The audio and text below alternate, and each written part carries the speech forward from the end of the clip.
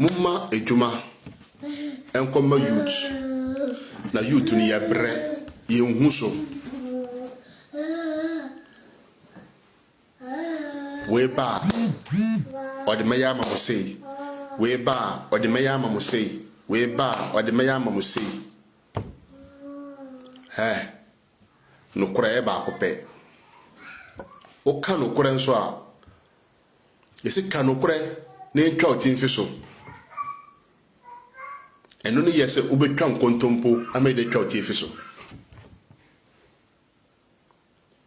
youth ya sore mumma yeni ndaho ye nuanom ye brothers ye sisters eble Libya Algeria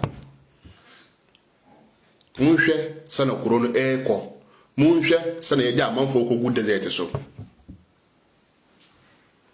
na ye mpenifo no wo muti ho wo mu bedidi wo mu beda sesen ena wo mu youth eye ewo akonto no ma wo mu nim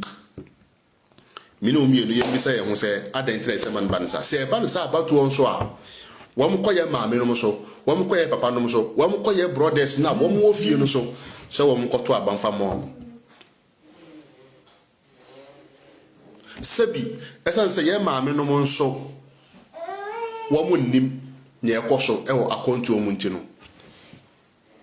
na koto aban le akwakomo sese no edu se Ghana youth mbo mo nya da ho esan se nye ekoso no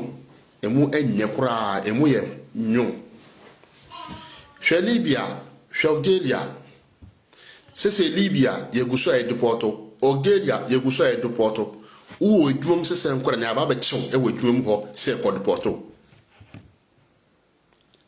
Algeria yedu ko good desert so ne egamo ho Libya yedu ko good prison se 1 year wa wia okope na obedi enu ebusuafo bedi keke esense okurom no emu nyanti hwamane ana hwatete hwo haw kwa oginamu prison yedu akoto prison yedu akoto desert so wia o kwanya hwe na so achew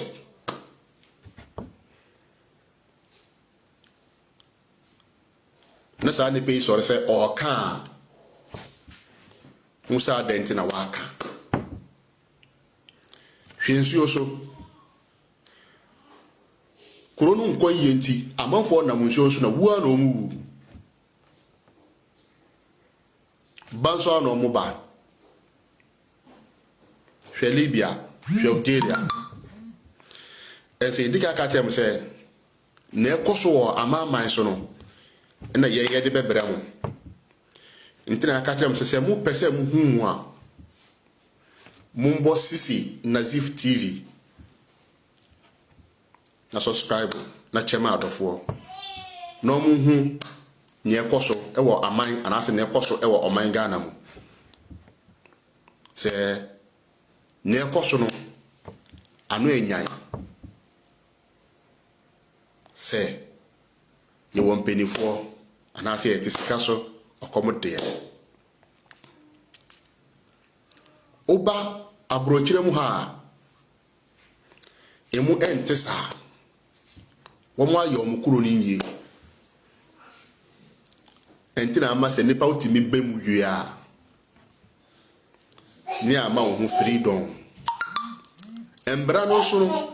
ebediwa emfa ho se ye president ba anase emfa ho se ye hwan ba se embra ne bediwa ebediu Ghana ye nibi anasa Africa bebre ye nibi na de bia boa na ebo fem embra no na enye adwuma wo man no so no ni nyina aka ho na makoro ne nkoyi akosi broni kuro be koya na edambra no so anasa kuro be koya na ye embra na amode beto so no emen kan jam se mbra no endi asemesi anase endi se asemesi ye peninti ni endi no debi esense sebi nipa na mbra no edi ni na oje sikeni no nipa no se ba na se bibi so a on na modu pa kofa ndi na akọ Say example. Se mo se mbra no endi ehiafo a abato ehiafo no wo nto ana. So mo to bi. Ara ite na mbra ba endi mpenifo na edi efense ehiafo ngo ana. Adenti ene se man ba na sa. Ehonum na nsem no nyina eden e wo se mbra na nya eduma no. Ne nyina aka ho na yekuro na enkoso. Mbra no si yentimia endi mbra so pan ye pa wo oman Ghana mu dia de bia NDC beba ye nhu so MPP beba ye nhu so CPP beba ye nhu so se mo pa mo ma ye ndi mbra no so na mo nhwe etisika so na nti hwe bra ye bre wo Libya hwe bra ye bre wo Algeria ye boyen e to desert so ye boyen e de nkogu prison ye tie e wo nsuo so ye ko e ko wu nsuo so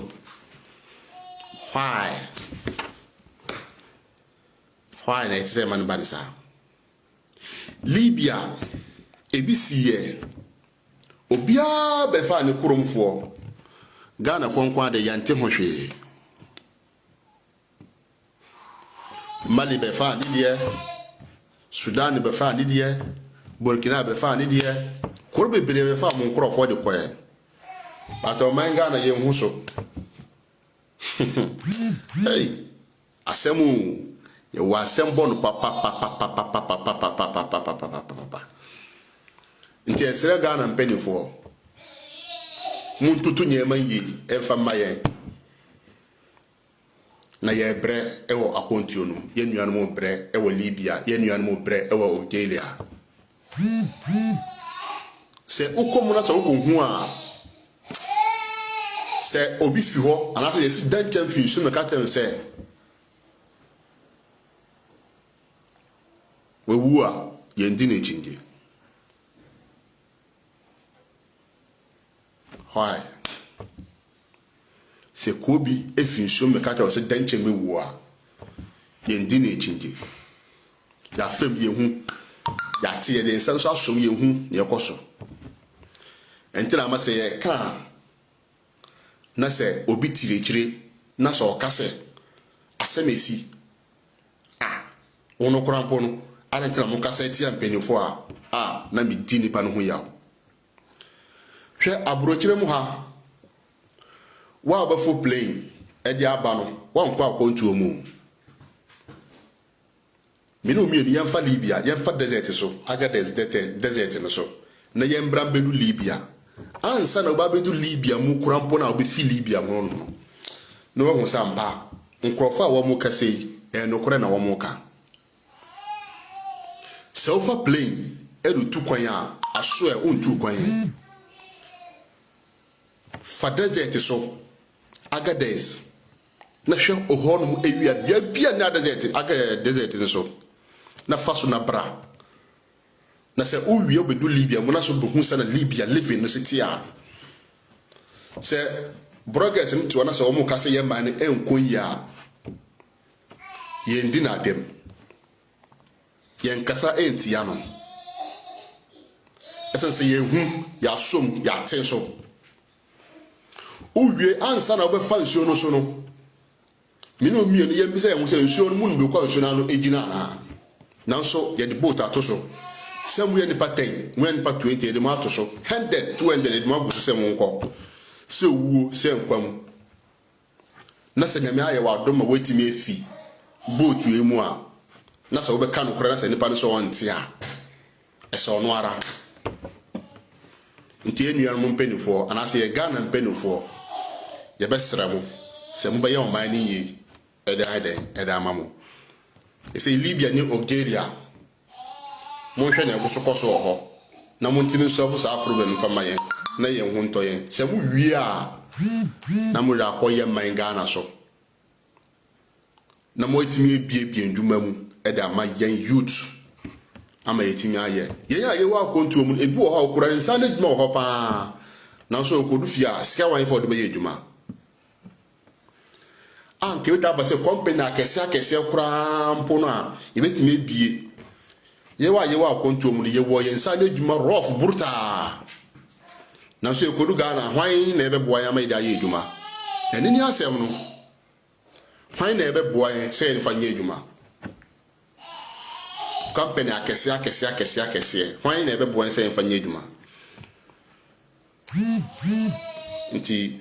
echia Ghana mpenifo nyina Musonfo Sisi Nazif ena Martin nke information kakra de maye nyono ma wo mo Libya se munya kenye